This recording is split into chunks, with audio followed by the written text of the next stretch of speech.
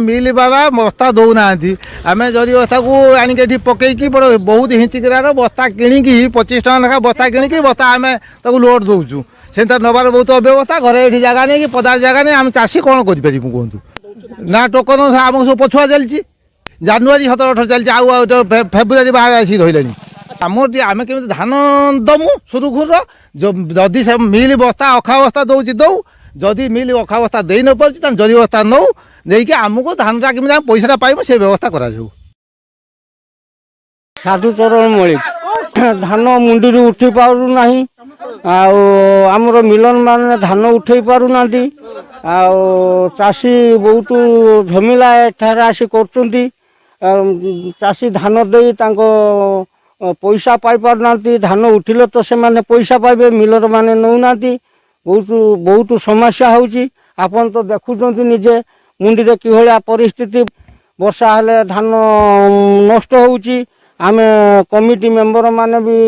जगा रखा करूचु ए गुटे पूजा पर्वाणी आग दिन धान 10 बस्ता चोरी हो गला आमर एटा अमृतपुर समवाय समिति सरकार को दोषारोप करू। प्रफुल्ल पंडा 4 तरफ सोसाइटी आमर सब ऑनलाइन कराई आम धान नहीं आसचु यही सब चारिआडे धान पड़ी रही आम गाड़ी छिड़ा है गाड़ी आसुनी लिफ्टिंग होनी धान आमर बर्तमान जानुरी 22 तारीख धान कवर होनी बर्तमान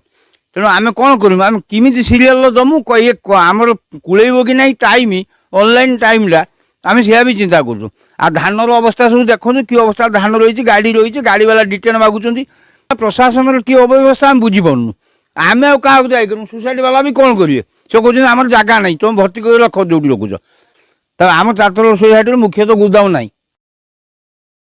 ब्राह्मणबिंदा सोसाइटी मो नाम बसंत कुमार हरी आज्ञा आमर जानुरी 18 तारीख धान आज फेब्रुआरी मासर 12 तारीख है मात्र 4 दिन पर आम टोकन लैप्स हो किंतु आम धान को पकईकि खरार पड़चु पुणी राति सेंड गाई गुरु से जहाँ तो कर जानते ये समस्या पड़ी रोचे धान ओजन होनी से दुख कष्ट आम ये बसिक रही